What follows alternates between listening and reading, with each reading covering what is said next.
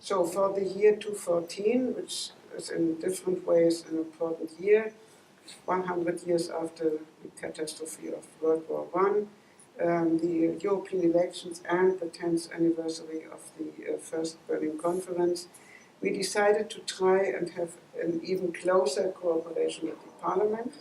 And we have, more or less, I think we have it, really for sure, the agreement of Mr. Schulz to co-produce the Berlin Conference for the first time in co-production this new format of the Berlin Conference, which has two ideas on which we work. We have proposed, and there Martin Schulz was very positive about this idea, just before the European elections, 3rd of March, in the Berlin Conference, to invite, if possible, the European top candidates for the elections, and to put them around a small table with two artists, intellectuals, a moderator, or somebody who leads the talk. Small tables for half an hour each, where between those different representatives of policy and society, topics about future development in the new parliament, based on the belief that culture is important and bottom up as well. We have to build on this opportunity we have. I think it's an excellent idea to have one part of the day in Berlin to discuss with the candidates for the Commission, because it's a new exercise for all of us. We want to achieve that more Europeans would somehow identify, understand, and come to vote. We don't want to see abstention in the elections. We don't want to see protest vote at the election when people would come just to vote against. They don't even maybe have clear answers and they are afraid. So I think that's a wonderful idea, and to have it as open as possible and to really bring citizens to be part and engaged in the project. And I think to build all that on the cultural exchange, it's just wonderful. No. So I think this is why we have created some years ago a kind of intergroup in the parliament, inviting people from different committees, not only from culture. Everybody can be in culture. They have to be in different groups and in different committees. So we bring them together and we try to get some input from these parts to go further in the direction which I have just described, which Barroso told us. Together. And one of the ideas of the Berlin Conference now, as Nele said, is to organize this on an annual level in Berlin, to organize it as an assessment tool of what we have achieved, where we are at that point. And together with you and with another group of colleagues of the European Parliament, we were talking about some eight parliamentarians, outgoing parliamentarians and new parliamentarians, to form a steering group, a Berlin Conference steering group, to continue our work on the different topics within the Solve for Europe, and prepare together, as really a cooperation and co-production, prepare together the content and the assessment of the annual Berlin Conference in the years to come. Also remind us, so next year we have as well 10 years of the biggest enlargement in the history of European Union, which really joined our continent, not mentioning that we are still working hard to bring the Western Balkan countries to Europe. And Doris mentioned here, we are very active in this, our neighborhood, and when it comes to the culture, after 20 years, when they were these regions and these countries split by bloody wars, the culture is today the only thing besides the sport, which is really bringing people together and really bridging the bridges in their minds, on their maps. And so I think in 2014 we should at least make a wake-up call for all the crazy people who think everything is done and we do not need each other. 2014 for me also is an important, we call this in the Solve for Europe the decisive deal. You called it the wake-up call. There is a huge, I think, risk that we are following these nationalistic tendencies also in the election process. And for us, the decisive deal means that we bring important points to the agenda of the campaigns, of the electorate campaigns in the different parties, under the title what we call the European Resolution on Culture, And these points should be included in the campaigns of the parties right now in order to be delivered and accountable after the European elections. And the moment of the Berlin Conference, and then on an annual level, is the moment to assess what has been committed to before the European elections in order to assess and deliver after the elections, with the main idea that we should not forget culture in this whole process of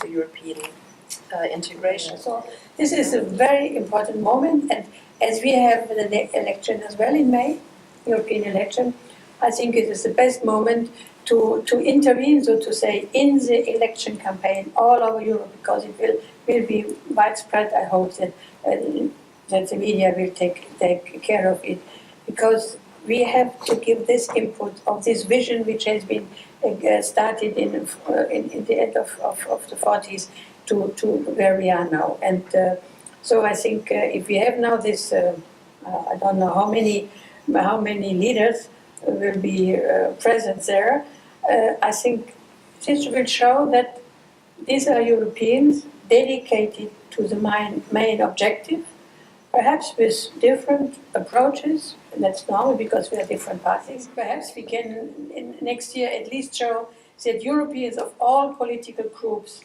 have one objective, a big objective, and where we have to try to bring the people to understand. You were talking about Mr. Barroso. I think that for me as a new member, one of the things I realized coming and going in the Culture Committee was that we were sort of lacking the support of the Commission when it comes to real initiatives.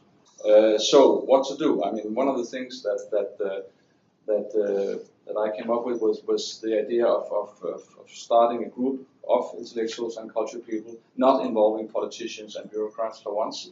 Just to have real people, to have cultural people acting together in order to come up with what I call version 2.0 of the narrative. I mean, not to say that the old narrative is bad or not working, because it is, certainly for sure it is, but we need something to appeal to young people. That's to say people under 50, I guess.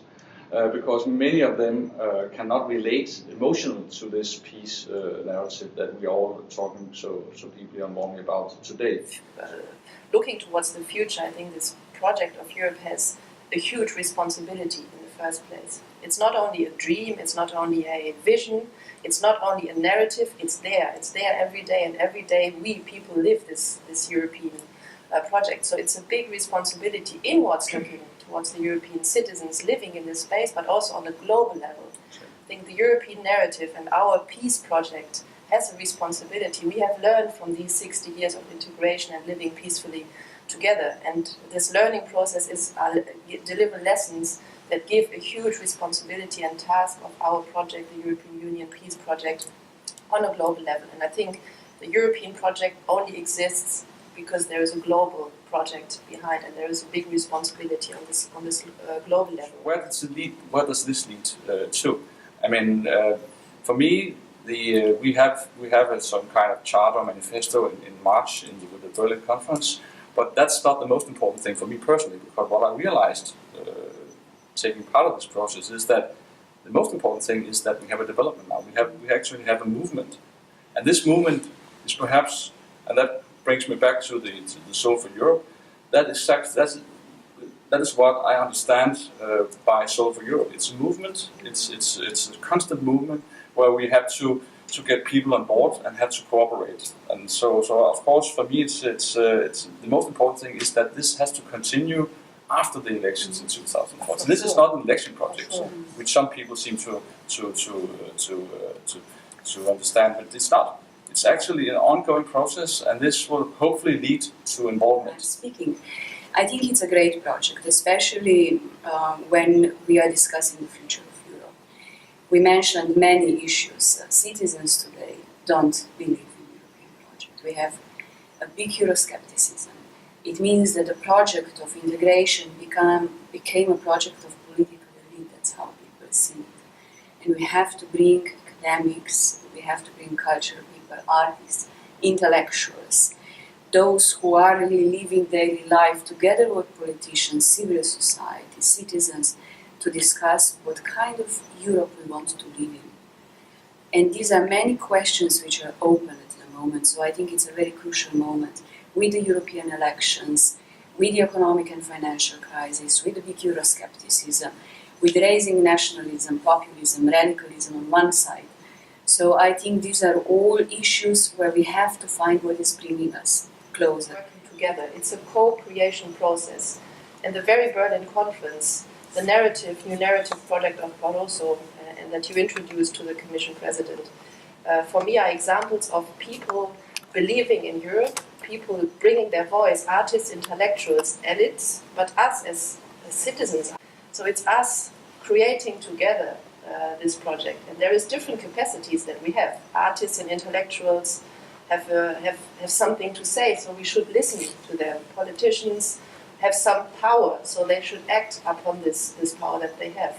We need to create these action notes to very closely work together. And the decisive deal of the Soul for Europe, the format of the Berlin Conference, bringing these action notes together, the political agenda of the decisive deal, bringing certain agenda points to the forefront of the process, I think are ingredients on a longer term to work together.